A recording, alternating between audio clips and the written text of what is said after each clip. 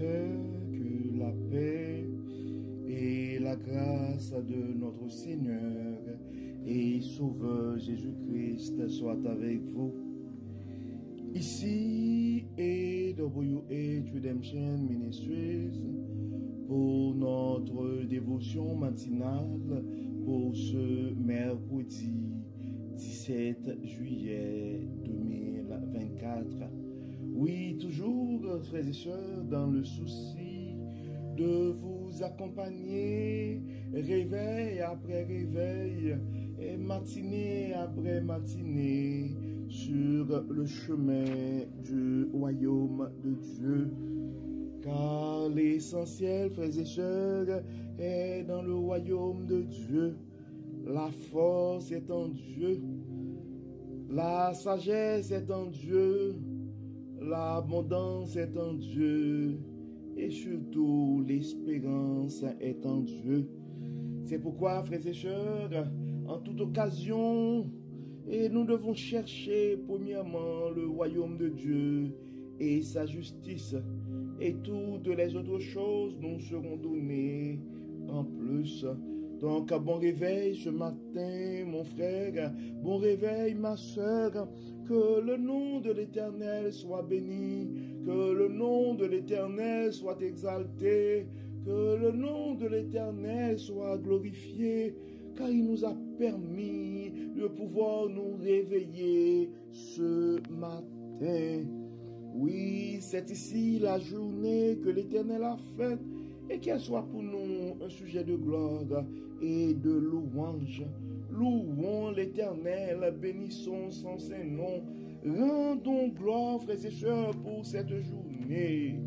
Car la parole nous dit que tous ceux qui respirent louent l'Éternel. Oui, les bontés de l'Éternel ne sont pas épuisées, frères et sœurs. Ses compassions ne sont pas à leur terme. Elles se renouvellent chaque matin. C'est pourquoi nous devons nous efforcer, frères et sœurs, de garder notre relation avec Dieu. C'est pourquoi, et peu importe les circonstances, nous devons faire un effort pour commencer notre journée avec Dieu, car un réveil avec Dieu va nous donner la possibilité de commencer cette journée sous la protection divine, de nous fier à la faveur de Dieu. Oui, nous avons besoin de commencer nos journées avec Dieu, car ça nous donne la possibilité d'avoir une journée remplie de la faveur de Dieu. Et en accumulant des journées remplies de la faveur de Dieu, donc une année de la bonté de Dieu, donc ça va finir être une réalité pour nous autres. Donc des journées remplies de la faveur de Dieu va nous aider à avoir une vie et une année 2024 remplie de la bonté de Dieu. Et en accumulant des années remplies de la bonté de Dieu, nous allons finir par avoir une vie comblée de ses plus riches bénédictions sur plusieurs générations. C'est ça la raison d'être et de notre dévotion matinale, frères et sœurs. Et c'est pourquoi nous vous invitons à partager nos messages à un frère ou à une sœur, car on ne sait jamais ce que la parole de Dieu peut faire dans la vie de l'un de ses enfants bien-aimés. Notre objectif, c'est vraiment de créer un vaste mouvement évangélique au niveau de la francophonie, car nous avons tous dans nos vies, frères et sœurs, un vide qui a la forme de Dieu, qui a la forme de la faveur de Dieu, qui a la forme de la sagesse que Dieu donne, qui a la forme de l'abondance qui vient de Dieu. Et nous avons tous besoin de l'espérance, un peu plus d'espoir ou d'espérance, car nous savons que l'espérance est en Dieu aussi. Donc le texte qui nous a été confié ce matin, frères et sœurs, c'est le texte que nous trouvons en Daniel Daniel chapitre 3, nous allons lire du verset 8 jusqu'au verset 18. Et Daniel chapitre 3, du verset 8 jusqu'au verset 18. Et le titre, nous allons lire comme d'habitude la Bible du semeur. Et le titre de ce texte, c'est refus de l'idolâtrie. Refus de l'idolâtrie. Daniel chapitre 3, versets 8 à 18. Sur ces entrefaites, certains astrologues vinrent porter des accusations contre les Juifs. Ils s'adressèrent au roi Nebuchadnezzar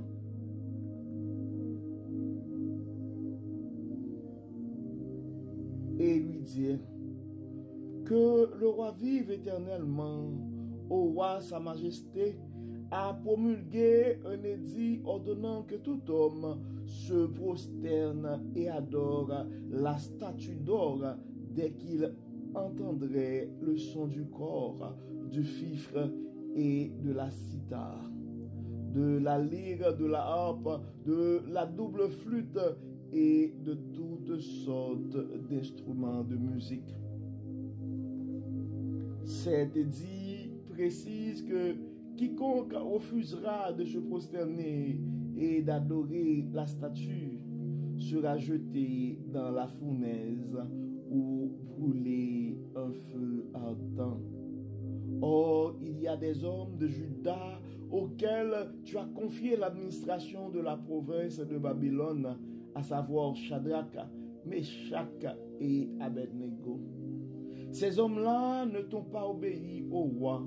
Ils n'adorent pas tes dieux et ne se prosternent pas devant la statue d'or que tu as fait ériger.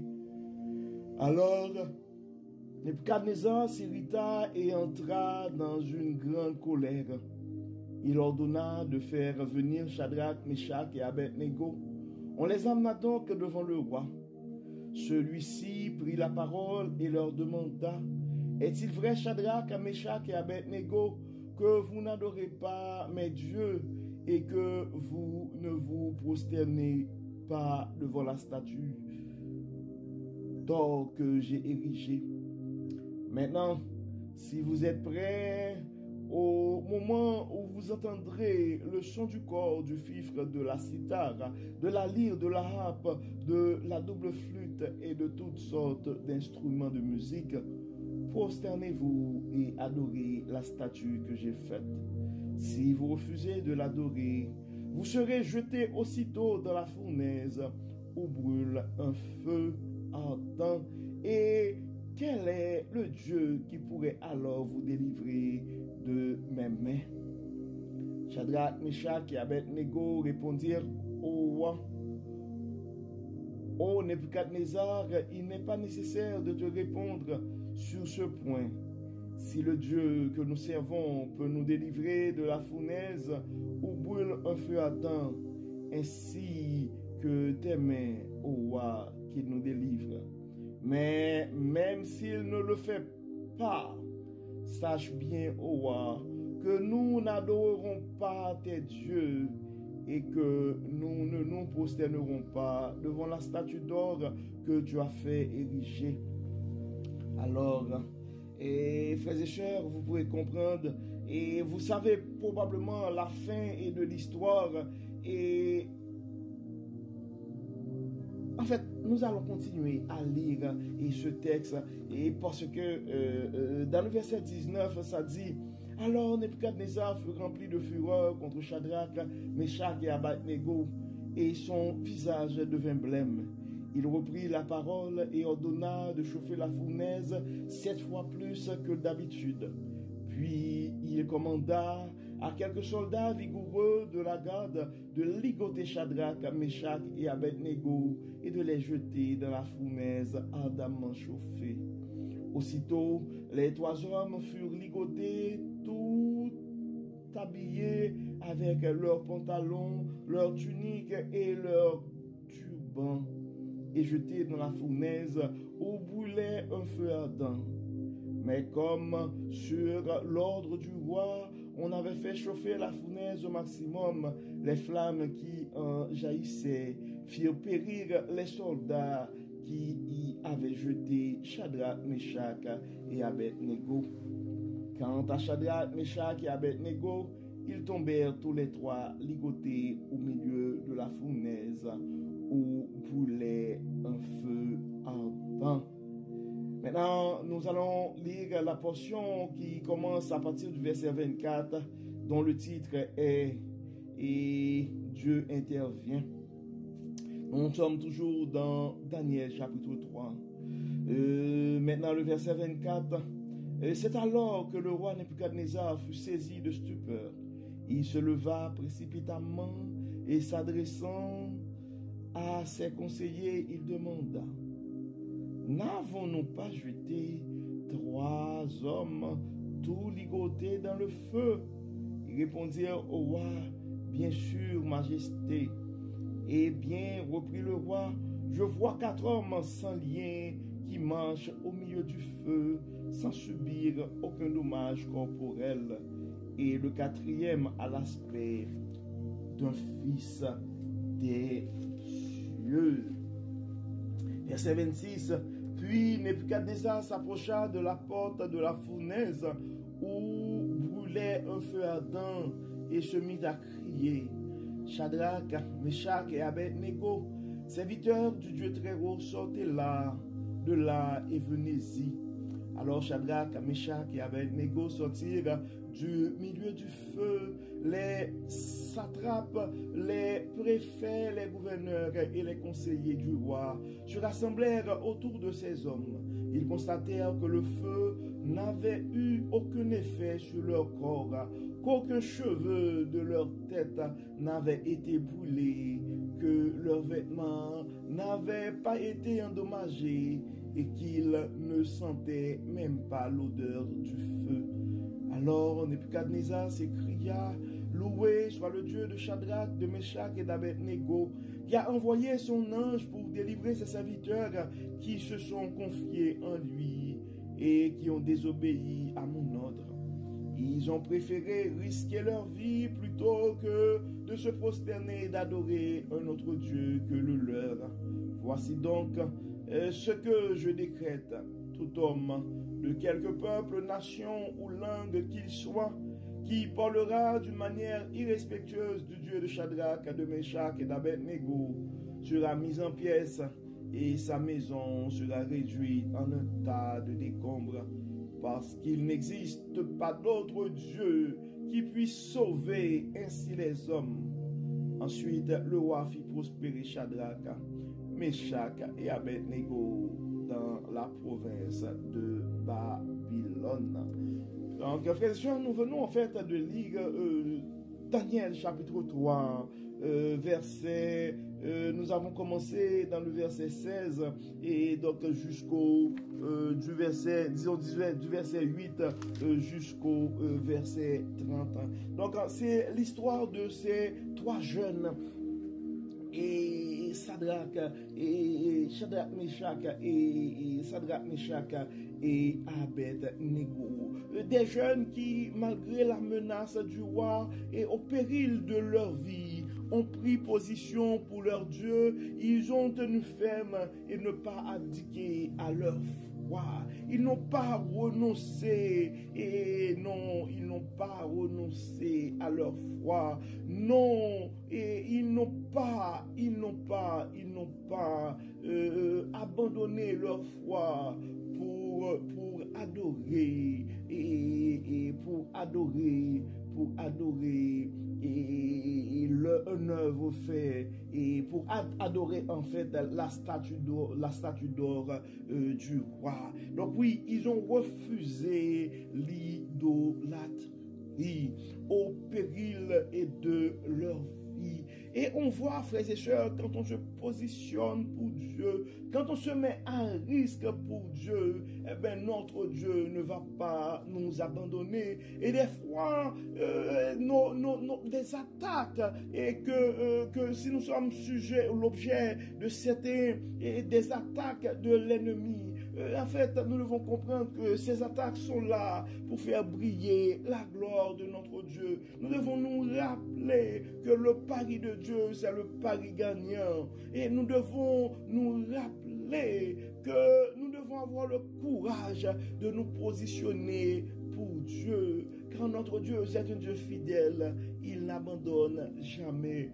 Il n'abandonne jamais ses enfants. Donc, je ne sais pas c'est quoi la situation de ta vie ce matin, mon frère. Je ne sais pas à quel niveau que tu dois te risquer. C'est quoi le prix qui est sur la table présentement face à la foi que tu as en Dieu. Des fois, il faut des fois donc on essaie de se conformer avec la majorité et tout, même si on sait que la majorité n'a pas toujours raison. Pour la popularité, pour avoir l'attention des autres, et des fois on abandonne nos valeurs, hein, on abandonne les instructions de Dieu. Donc ce matin, mon frère, ce matin, ma soeur, nous sommes appelés à considérer Dieu. Nous sommes appelés à mettre Dieu en avant. Nous sommes appelés à chercher premièrement le royaume de Dieu et sa justice. Notre Dieu, c'est un Dieu fidèle, frères et sœurs. Notre Dieu, c'est un Dieu bon qui n'abandonne jamais ses enfants. Donc si c'est venu pour toi le temps de te positionner pour Dieu, c'est le temps pour toi de te mettre à risque pour Dieu, si c'est le temps pour toi d'accepter les critiques et des proches, ben c'est le temps de l'accepter, mais de prendre position pour Dieu. Rien ne remplace, frères et sœurs, rien ne peut remplacer la relation que nous avons avec Dieu. C'est mieux de perdre des amis, c'est mieux d'être impopulaire, c'est mieux d'être critiqué, c'est mieux d'être mal compris. Mais et de garder notre foi en Dieu, car le pari de Dieu, c'est le pari gagnant. Donc, nous allons prier encore une fois, frères et sœurs, nous allons demander à Dieu de nous donner le courage nécessaire afin que nous puissions prendre position pour notre Dieu, malgré l'intimidation que nous pourrions subir et des autres. Prions Dieu, frères et sœurs. Dieu de bonté, Dieu de miséricorde, nous te disons merci pour ton amour, merci pour ta fidélité, merci Seigneur pour tout ce que tu as fait pour nous. Merci Seigneur de pouvoir nous révéler ta sagesse, merci Seigneur de pouvoir nous révéler ta fidélité et ton pouvoir et à travers le texte de ce matin. Mais Seigneur, de nous rappeler que ceux qui prennent position pour toi vont finir par être honorés et sauvés par toi. Dieu clément, Dieu tout-puissant, nous remettons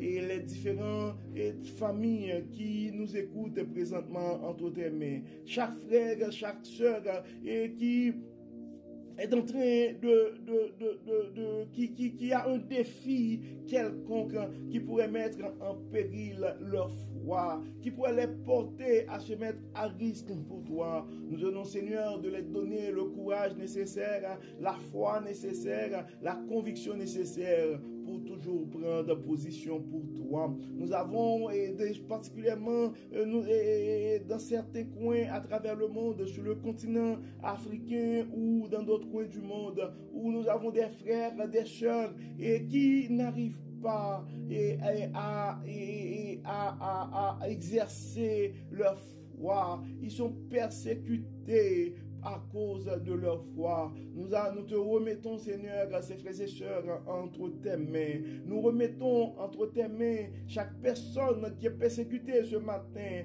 à cause de leur foi, à cause de la position qu'ils ont prise et pour tes commandements, pour tes principes, pour ton évangile, Dieu clément. Et assiste-nous, Dieu clément. Et ouvre, Seigneur, la vision de nos leaders religieux. Et nous te demandons, Seigneur, de donner le courage nécessaire à nos leaders afin qu'ils puissent prendre position et tenir pour toi. Dieu clément, assiste-nous, guide-nous. Nos malades sont entre tes mains, nos enfants sont entre tes mains, nos aînés sont entre tes mains. Guide-nous, Dieu Tout-Puissant, assiste-nous et que tout soit fait dans nos vies pour la gloire de ton nom. Au nom de Jésus, nous prions. Amen. Amen. Frères et sœurs, nous arrivons au terme de notre dévotion pour ce mercredi 17 juillet 2024. Nous espérons que votre âme a été bénie et d'ici là, nous vous souhaitons une excellente journée sous le regard du Dieu Tout-Puissant. Que le Seigneur nous bénisse, que le Seigneur nous protège, qu'il nous accorde sa grâce. Au nom de Jésus. Amen. Amen. Bon jeudi, bon mercredi, frères et sœurs, et à demain.